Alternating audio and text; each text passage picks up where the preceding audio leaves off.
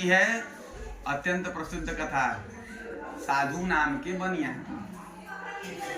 और उनकी पत्नी लीलावती, उनकी पुत्री कलावती।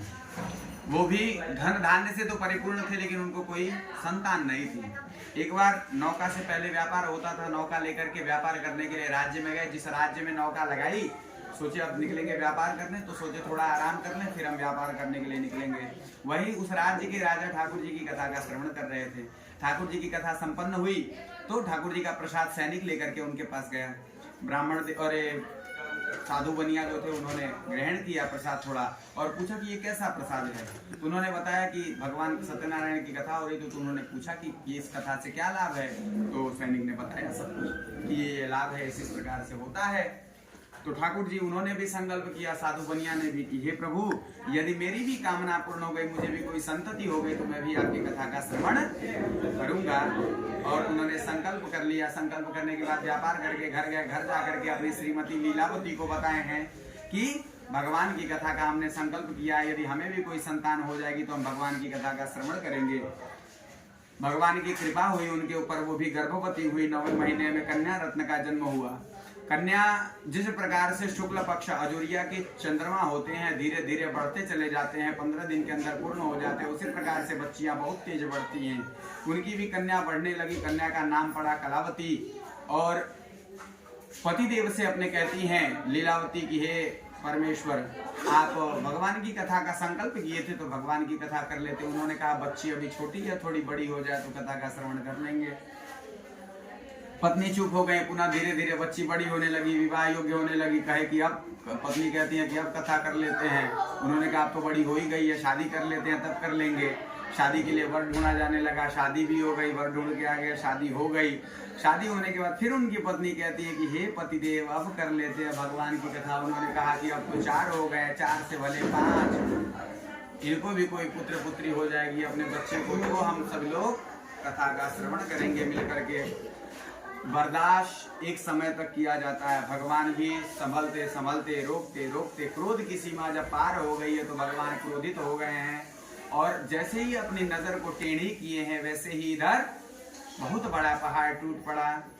साधु नाम के जो बनिया थे और उनके दामाद दोनों लोग व्यापार के लिए निकले हैं। जिस राज्य में व्यापार करने के लिए पहुंचे हैं, उस राज्य के किनारे नौका लगाए हैं। नौका लगा करके व्यापार के लिए उतरे। सोचे कि अब जाएंगे व्यापार करने के लिए, उससे पहले थोड़ा आराम कर लेते। आराम करने के लिए बैठे हैं। उस राज्य में चोरी हो गई।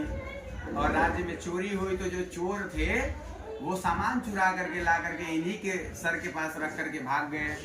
तो अब पीछे से जो सैनिक आ रहे थे वो सोचे कि यही दोनों लोग चोर हैं, पकड़ करके लेके गए।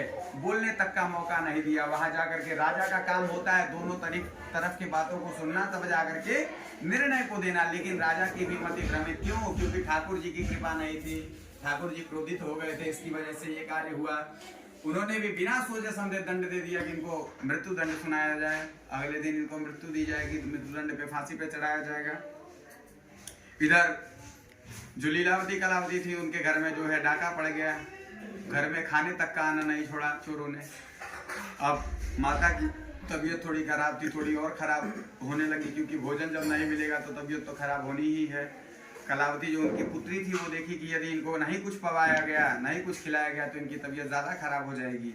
तो इसलिए कलावती उस घर से निकलती हैं और जा करके देखती है कि कहीं से कुछ मिल जाएगा तो हम ग्रहण कर लेंगे। वहाँ से जब वो चली आती हैं ग्रहण करने के लिए, तो ग्रहण करने के लिए तो वहाँ से जाती हैं तो एक मंदिर में भगवान की कथा हो रही थी। और भगवान की कथा के पास बैठ करके श्रवण करने लगती। धीरे धीरे रात्रि होने लगती है तो सोचती है कि माता हमारी खोजेंगी कि हम कहाँ गए। तो वहाँ से चलने लगती हैं तो वहाँ का एक व्यक्ति बोलते हैं कि बैठ जाइए, प्रसाद ग्रहण करके जाइएगा। वहाँ प्रसाद लेकर के जब आती है, माता पूछती है कि कहाँ थी। वो बताती हैं कि हम भगवान सत्यनारायण की कथा का श्रवण कर रहे थे वहीं मंदिर में बैठ करके। और हे माँ, मुझे लगता है ऐसा कि किसी न किसी प्रकार से भगवान की दृष्टि हमारे ऊपर भी टेढ़ी हो गई है। भगवान हम पे भी क्रोधित है, कहीं ना कहीं हमसे भी गलती हुई है, इसी वजह से हमको इतना कष्ट का सामना करना पड़ रहा है। तो लीलावती रोने लगती है और रो करके अपनी सारी बातों को बता देती कि आपके पिता ने किस प्रकार से संकल्प किया, कैसे कैसे टालते टालते आज का समय आ गया और अभी तक भगवान की कथा नहीं हुई है। तो कलावती कहती हैं, पुत्री कहती है कि हे माँ, चाहे जो कुछ भी हो, कल हम प्रातः काल भगवान की कथा का श्रवण करेंगे, हम इस चीज के संकल्प करते हैं। ठाकुर जी की ऐसी कृपा हुई कि उसी घर में कुछ धन इत्यादि मिला और उसी धन से भगवान की कथा की सारी तैयारी करके उसी जहाँ से उनके गांव की नौका निकलती थी व्यापार के लिए, वहीं बैठ करके भगवान की कथा की सारी व्यवस्था बना दी। और संकल्प इधर होने के जैसे ही संकल्प हुआ है वैसे ही उधर ठाकुर जी सोचे हैं कि चलो नहीं दो तो कोई तो सुना, कोई तो सुधरा। यदि इन्होंने संकल्प किया है और उसको पूरा करने के लिए ये आगे बढ़ी हैं तो भगवान की कृपा हुई। और उधर राजा के स्वप्न में ठाकुर जी आकर के कहते हैं कि हे राजन, यदि आपने जिनको पकड़ा है वो चोर नहीं है और यदि आपने उनको छोड़ा नहीं तो आपका धन धान्य पुत्र पौत्र धन संपत्ति सहित मैं सर्वस्व नाश कर दूंगा। अब राजा को नींद कहाँ है, रातों रात बैठक बुला करके अपने मंत्रियों से अपनी बात को कहे हैं। मंत्री जी ने कहा कि आप रहेंगे तो राज्य पुनः आ जाएगा, धन दौलत पुनः आ जाएगी। प्रातःकाल उनका क्षौर कर्म करवा करके ब्राह्मण का, साधु नाम के बनिया का और उनके दामाद जी का, दोनों लोग की विदाई की गई। जितना धन चोर चुरा करके ले गए थे उससे भी ज्यादा धन दे करके उनकी विदाई की गई। और विदाई करके जब उन लोगों को छोड़ा गया तो ये लोग राज्य से बाहर निकल गए। वृक्ष के नीचे जहाँ से नौका इन लोगों को लेके जानी थी वहां बैठे और सांस लंबी लिए कि चलो अब तो जान में जाना है, जान जाने से बची और इतना धन भी मिल गया।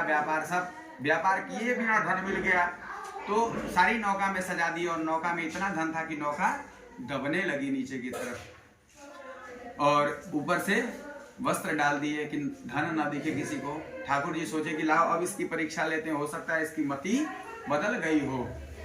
अब वहां से ठाकुर जी दंडी स्वामी का रूप लेकर के आए, कहे हैं कि आपके पास यदि कुछ हो 2-4 मुद्रा तो हमको भी दे दीजिए, हम भी ग्रहण करेंगे कुछ। तो उन्होंने कहा ना ना ना, कुछ नहीं है गुरुजी, लता पत्रादिकम चैव वर्तते तरणो, हमारे नौका में जो है लता पता है और कुछ नहीं है। तो कहे कि अभी भी नहीं सुधरा है।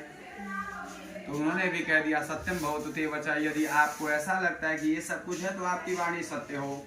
धीरे धीरे नौका जितनी दबी थी उतनी ही नौका ऊपर हो गई और जैसे ऊपर हुई तो जो बनिया थे साधु नाम के, उनको देख करके कुछ संदेह हुआ, ऊपर से कपड़ा हटाया तो सच में सब लता पता हो गया। उनको मूर्छा आ गया, मूर्छित हो गए।